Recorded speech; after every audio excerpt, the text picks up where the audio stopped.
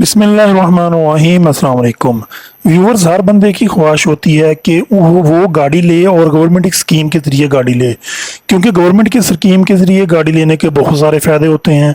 एक तो आपको मार्कअप कम देना पड़ता है, दूसरा आपको एडवांस कम देना पड़ता है, इसके बाद आपकी जो इंस्टॉलमेंट है वो भी आपको कम देनी पड़ती है, क्योंकि जितना आप एक्स्ट्रा वगैरह मार्कअप होता है वो गवर्नमेंट ने पे करना होता है। आपकी किस्त कम हो जाती है और गाड़ी लेने का तरीका भी आसान हो जाता है। वैसे गाड़ी लेने के लिए आपको थोड़ी मुश्किल होती है, लेकिन गवर्नमेंट स्कीम के ज़रिए गाड़ी लेना आसान होती है।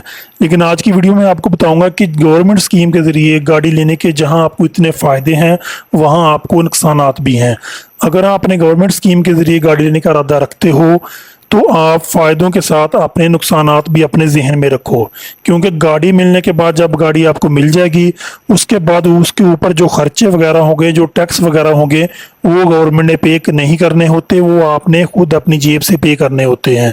चंगान कारवान का जो फेसलिफ्ट 1.2 पाकिस्तान में अभी लॉन्च हुआ है, ये गाड़ी दो तरीक़ों से आपको मिलती है, एक कमर्शियल यूज़ के लिए और दूसरा आपको फैमिली यूज़ के लिए। तो जितनी भी गाड़ियां हैं, अगर आप उसको गवर्नमेंट स्कीम के ज़रिए लेते हो तो चाहे वो गाड़ी 1000 सीसी हो या 1000 सीसी से ऊपर हो, उसका जो नंबर, उसकी जो रजिस्ट्रेशन होती है वो एज ए कमर्शियल यूज़ के लिए होती है। इसलिए आपने जब भी गवर्नमेंट स्कीम के ज़रिए कोई गाड़ी लेनी है तो आपने ये जो टैक्सेस हैं वो उसको अपने जहन में रखकर गाड़ी लेनी है। अगर आप नेट कैश पे लोगे तो आपका जो नंबर अलाट होगा वो एज ए फैमिली यूज़ पे आपका नंबर अलाट होगा, तो उसमें उतने आपको टैक्स नहीं पड़ेंगे जितने आपको कमर्शियल यूज का जो नंबर आपको अलाट होगा उतने में टैक्स पड़ेंगे। एक तो लाइक और शेयर ठोक दीजिए, महाकाल का दबा के लाइक और शेयर ठोक दीजिए, 5000 लौटे दिख जाना चाहिए। सबसे पहला नुकसान है वो ये होता है कि गवर्नमेंट की स्कीम से जो आप गाड़ी लेते हैं पंजाब बैंक के ज़रिए, चाहे वो 1000 सीसी हो, चाहे वो 660 सीसी हो, चाहे वो 1000 सीसी से ऊपर हो, जिस गाड़ी को कमर्शियल नंबर अलाट होता है गवर्नमेंट की तरफ से, उस गाड़ी का परमिट ज़रूरी होता है। आप रूट परमिट के बगैर गाड़ी नहीं चला सकते। हाँ, ऐसा होता है कई दफ़ा लोग कहते हैं कि हमने कौन सा शहर से दूसरे शहर जाना है, हम अपने अंदर ही शहर इस्तेमाल करनी है तो कोई मुश्किल नहीं है, तो हम ऐसे चला लेंगे। लेकिन जब आप गाड़ी सेल करोगे तो आपको रूट परमिट क्लियर करवाना होगा। आपके जितने भी पेंडिंग रूट परमिट होते हैं, चाहे आपने 3 साल गाड़ी के बाद सेल करनी है चलाकर या 4 साल के बाद करनी है, तो वो आपने उसका जो रूट परमिट होता है वो आपने लाजमी उसका वो पास करवाना होता है। रूट परमिट के बगैर आपकी गाड़ी नहीं चलती। अगर आपके शहर में भी एक्साइज वाले आपको रोक लेंगे तो आपको ठीक ठाक जुर्माना होगा। उसके बाद हर 6 महीने और या 1 साल बाद VICS ये आपने टेस्ट लाजमी करवाना होता है। जिन गाड़ियों के कमर्शियल नंबर लगे होते हैं या जो गाड़ियां रूट परमिट पर चलती हैं, उन गाड़ियों के लिए ये लाजमी हुकूमत का नया कानून है, vehicle safety is not an option. फ़ज़ाई आलूदगी की रोकथाम और सेफ्टी के कवानीन की पासदारी हम सब का अखलाकी और कानूनी ज़िम्मेदारी है, तो ये आपने ज़रूर करवाना है उस गाड़ी का। ये देखिए, इधर मैं आपको दिखाता हूँ, ये देखिए, ये इधर में हैरान गाड़ी है।